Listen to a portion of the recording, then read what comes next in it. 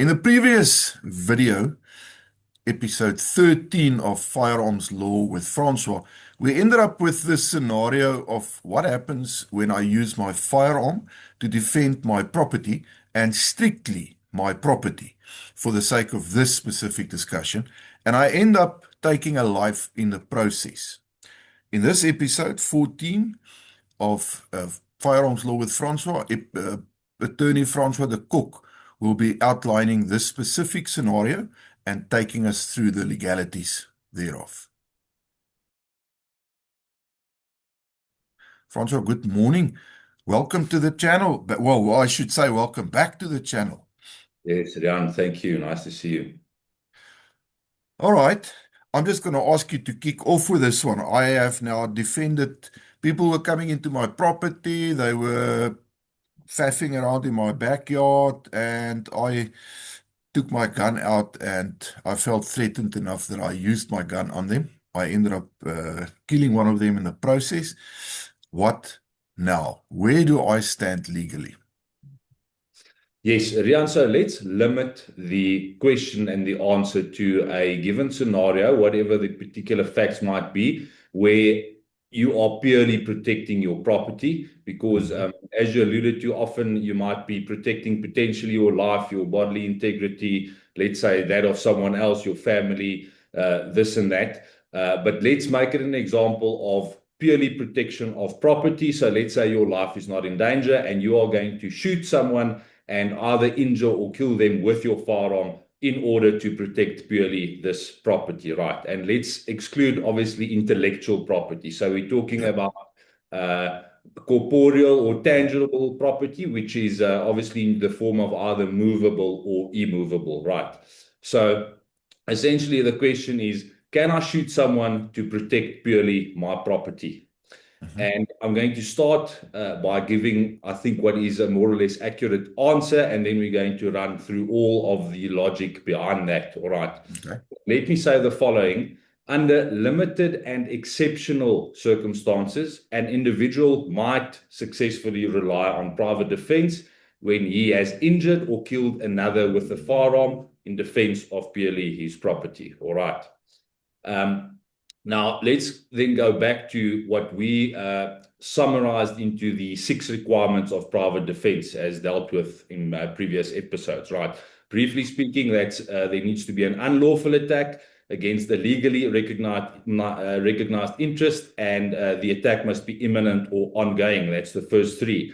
And then the defense must be directed at the attacker. It must be necessary in the circumstances, and there must be reasonable proportion between the attack and the defense, or let's then say the rights affected by those of both the attacker and let's call it the defender or the victim. All right. Now, in many instances of shooting a person in defense of purely property, reliance on private defense will fail, in particular due to the last 2 requirements mentioned, as well as the overriding influence of our current supreme law, which is the Constitution of the Republic of South Africa, right? So that, in brief, even though it's not so brief, is what I would say the accurate legal position and the answer to the question, right? Now, luckily, it just so happens, not surprisingly, that our courts have already answered this question in some detail, right? And not surprisingly, the answer isn't a simple yes or a no. But quite surprisingly, actually, the precedent-setting case on this question was decided no less than 59 years ago. And this precedent-setting judgment has still not expressly been rejected by our courts or expressly, let's say, replaced by a more recent contemporary judgment. Despite all that has changed, obviously, in our society and in our law in the meanwhile, right? But as you will see, due to all that has changed, the answer to may I shoot purely in defense of property is today quite different than what it was 59 years ago, all right? But we'll get to that. So this case is called Ex parte die Minister van Justisie in Ry S versus Van Wyk, 1967 1 SA 488A. Now, all that actually means is it tells you in which court it was decided, and it tells you where in these books behind me to find it. All right. Now, this was decided in what was called the Appellate Division of the Supreme Court at the time, and it was the highest court in the land at that stage. At the outset of this judgment, you find a brief summary of the case, and I'm going to read that to basically explain what happened in this case. Right. So it says the following. Depending on the circumstances, it is permissible to kill or injure another by way of self-defense in the defense of property. The onus rests upon the state to rebut that form of self-defense also.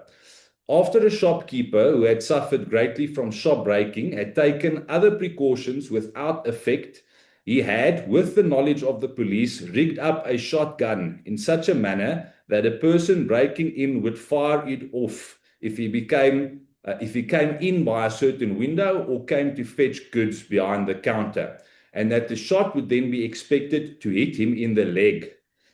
He had placed a notice on the shop door in both official languages to the effect that a shotgun had been placed in the shop and that anybody who entered and was shot did so at his own risk.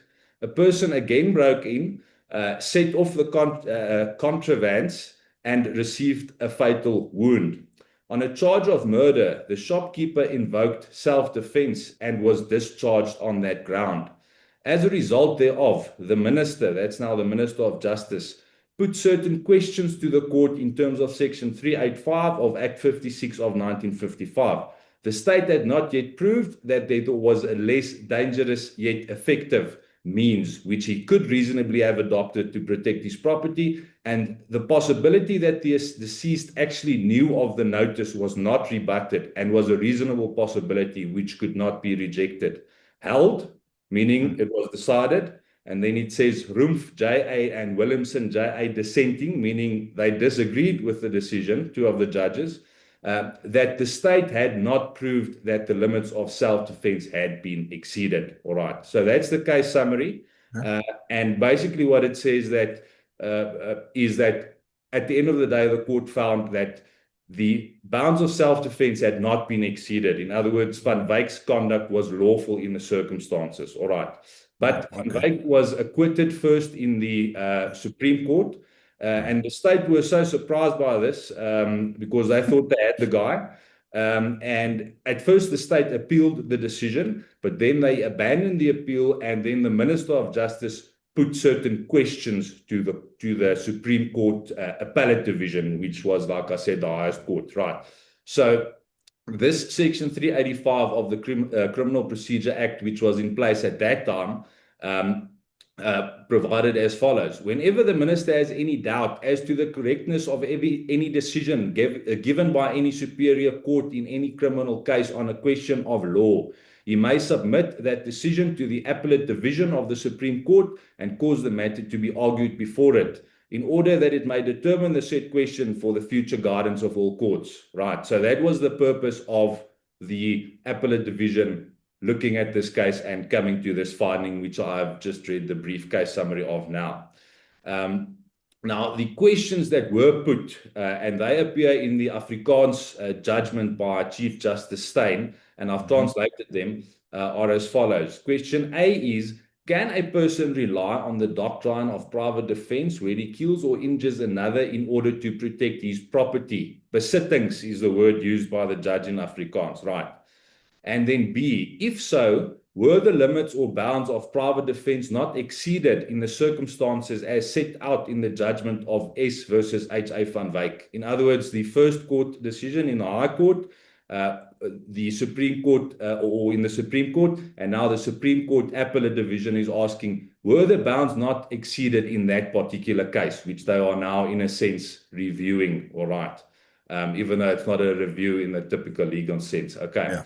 So essentially, the court then ruled, there were 5 justices, and they had a 3-2 ruling, which said yes to the first. In other words, you can rely on private defense in defense of property, and they said no to the second. In other words, the bounds of private defense were not exceeded in this instance, right? So that was Chief Justice Steyn, Justice Botha, and Acting Justice Trollip. But as I've mentioned earlier, 2 of the judges did not agree with the second question. In other words, they answered yes to the second question, saying that the bounds of private defense had been exceeded, meaning Van Wyk went too far, meaning he in himself acted unlawfully. All right. But obviously, the 3-2 decision was made. It was a close call, but the result was that a precedent had now been established. Right. Now, just to explain that briefly, in South Africa, we have what we call, I think we have discussed it before, but we have the law of precedent, which means that the courts must follow the earlier decisions of high courts. And that ensures, legal certainty and predictability and a uniform application of the law, as opposed to getting completely different, unpredictable results in similar cases, if you know what I mean, right? So a precedent was now established by this Van Wyk case, but the precedent was not that you can shoot to protect your things, full stop. It is that you may, in very limited circumstances, rely on private defense when shooting to protect things, right? And Van Wyk had a very unique case with unique circumstances, as we've briefly mentioned already in that case summary. So we need to also keep in mind that a precedent only means so much. The rules as to when and where a precedent applies and its actual value, whether it's binding on another court or only persuasive, that all depends, right? And the courts also change precedents over time by ever evolving interpretations, and that basically leads sometimes to a precedent for both sides of an argument, or that there's a precedent that is outright rejected by a court. And then if later courts prefer the rejected version, then that in itself becomes the precedent in a sense, all right? So the mere fact that we have this 1967 precedent doesn't give you a broad brush to paint with in terms of protecting your property by using your gun, right? So the most important thing, however, is that the courts must obviously apply this precedent in accordance with the law that is applicable at a certain time. Now, you can imagine how much that has changed since 1967. At the time, Haai Verwoerd had been assassinated not too long ago, and a man by the name of Balthazar Johannes Foster had barely become prime minister. That's right. We actually still had, to a limited extent, a jury, like in the criminal system of the US, we still had a jury in certain trials. So, yeah, you can imagine how different it was. And now the question is, how will it turn out today? The same scenario of Mr. Van Wyk, as an example. So the good news is that the broad principles and requirements of self-defense have not changed. It was and it still is contained in our common law, as we discussed before. So it's not contained in a law made by our parliament, like, for instance, the Firearms Control Act. That it's in our common law, which is essentially centuries-old Roman legal principles adapted by the Dutch, brought to the Cape, mixed with the British law, in the 1800s and onwards, and then further developed by scholars and courts of the Union of South Africa, and then later the Republic, both obviously pre and post 1994, right? So we still have those same common law self-defense or private defense principles. We've reduced them to 6 for purposes of our discussions. But the common law does change over time. It's obviously influenced by the laws made by a particular government and the interpretations of judges who are appointed by those governments. So there's obviously, in a sense, also a political element to it, right? So the result is essentially that today the court will look somewhat differently at those 6 requirements of private defense than what they did in 1967. And then the most important change is that we have the Constitution of the Republic of South Africa since 1996, right? Now, just to briefly refer to some of those provisions, Section 2 of the Constitution provides that the Constitution is the supreme law of the Republic. Any law or conduct inconsistent with it is invalid, and the obligations imposed by it must be fulfilled. So essentially, all law falls under the Constitution, right? Regardless of what it says, if it's in conflict with the Constitution, the Constitution takes priority, right? And in Chapter 2 of the Constitution, we have what we call the Bill of Rights, and that recognizes various fundamental rights like life, freedom and security of the person, property. In this case, we're talking about essentially the right to life and the right to property, because obviously both parties in this defensive scenario have these fundamental rights. Yes. Section 8 of the Constitution says that the Bill of Rights applies to all law. It binds the legislature, the executive, and the judiciary. In other words, Parliament, the President and the ministers, and also the courts are bound by the Bill of Rights. And it says that when applying a provision in the Bill of Rights, a court, in order to give effect to the rights in the bill, must apply, or if necessary, develop the common law to the extent that the legislation does not give effect to that right. In other words, it says here that if the court finds that the requirements of private defense as contained in our common law are not in keeping with the Bill of Rights and with the Constitution, then they must change it, or they must amend it to make provision for that, right?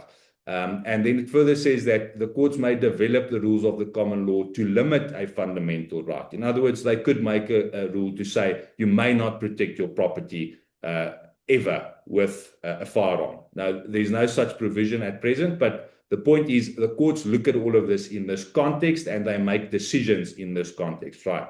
So what does this essentially all mean? It means that when a court decides whether it was okay for you to shoot someone to protect purely your property, the Bill of Rights or your fundamental rights of both the parties is the most important consideration. The court must interpret the common law and the requirements of private defense with a focus on the Constitution, and they may, at the expense of the one or the other, limit certain fundamental rights, right? So in this case, like I said, it's essentially right to life versus right to property. And then the question essentially becomes, is it okay to take, let's call it a thief's life, or potentially take a thief's life to protect, let's call it an innocent person's right? Okay, so that's essentially the question. Now, I'm not here to debate that. I'm here to tell you what I think the court will decide in 2026, right? So the question is, to what extent does this wording in the Constitution and, let's say, the balance of the Constitution practically have an impact? And perhaps a good example on the right of life specifically is the matter of Esmes versus Makwanyane in 1995, where that was according to our previous Constitution, the 1993 version, but it concerned the right of life, and the court essentially ruled that under no circumstances whatsoever can the state punish any crime by death. So essentially they abolished the death penalty, and the conclusion was clearly that the right of life is so fundamental that even the life of the worst kind of criminal may not be taken away even after he was proven to be guilty in a court of law. Okay, so obviously capital punishment and private defense are two completely different things, but I think this judgment clearly illustrates how the Constitution clearly, or the Constitutional Court at least, clearly prioritizes life over many other competing rights, right? You can also, for instance, look at the Criminal Procedure Act, which has been amended more than once as far as what force may be used in effecting an arrest. And those amendments were also based on the criminal or the suspect's fundamental rights. And it was decided that, you know, the police's rights must be limited in order to protect those rights. So that also gives you an indication of the general atmosphere, right? Yeah. Now, of course, it's a two-way street. You as the, let's call it the victim or the property owner, you also have these fundamental rights. But the question is essentially, is your right to property more fundamental than the criminal or the suspect's right to life? So that's what the court needs to decide, right? So the Constitution, and as I mentioned, politics always influences obviously the law, and it certainly influences the enforcement of the law in South Africa. But I would say that both the Constitution and politics appears to demand a stricter or a more limited approach than what the three judges in Van Wyk did, as far as can you shoot to protect property, and if so, when? All right. So to bring it then back to the two, let's say requirement number 5 and 6 of private defense, as we summarize them, number 5 is there must be proportionality between the attack and the defense, or let's say the rights affected by the attack and the defense. And in terms of the Constitution, it usually doesn't look good for the shooter if he's protecting purely property, right?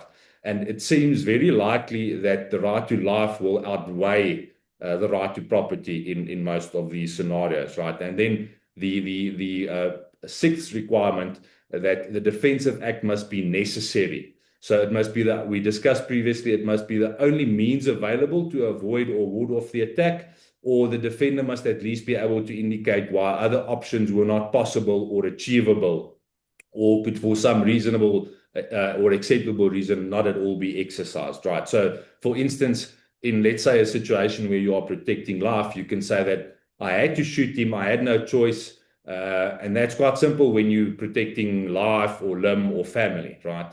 But or when you are cornered in your home. But Yeah. when you are shooting at a guy running away with your phone or driving away with your car, it's quite a different story, right? We also mentioned that private defense is not intended as punishment, but as a last resort. So the question that will be asked about or of you if you shoot a person in such instances, what about the fact that your car was insured? What about the fact that you could report the theft and hopefully recover the stolen vehicle through the police or your tracker system or whatever it is, right? So, look, I'm not choosing a side or making an argument that the law as it stands is sound, because I understand people's frustration that it sometimes feels Sure. like the law protects the criminal, quote unquote. But my job is to set out what I believe to be the actual legal position currently, right? So, have I seen many instances where people shot at people to protect purely property and they got away with it? Absolutely. I've been involved in many such instances Okay. professionally, not personally. But often the shots don't land, and the thief isn't going to run to the cops to report that he had been shot at by the homeowner or the property owner, and thereby, incriminate himself. Or quite often the police or the prosecutors aren't extremely inclined to pursue charges against someone who is, in the objective sense, themselves a victim of a certain offense.